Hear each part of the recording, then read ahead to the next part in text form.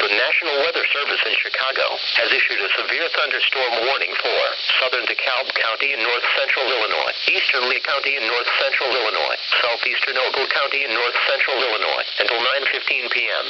At 8:39 p.m., a severe thunderstorm was located near Rochelle and moving east at 35 miles per hour. Hazard, half-dollar size hail and 70 miles per hour wind gusts. Source, radar indicated. Impact, hail damage to vehicles and crops is expected. Expect considerable tree damage. Wind damage is also likely to mobile homes, roofs, and outbuildings. The severe thunderstorm will be near Shabinai around 9:05 p.m., Waterman around 9:10 p.m. Other locations in the warning include Stewart and Lee, Interstate 88 between mile markers 66 and 90, Interstate 39 between mile markers 78 and 100. Prepare immediately for large hail and damaging winds. People outside should move to a shelter inside a strong building and away from windows.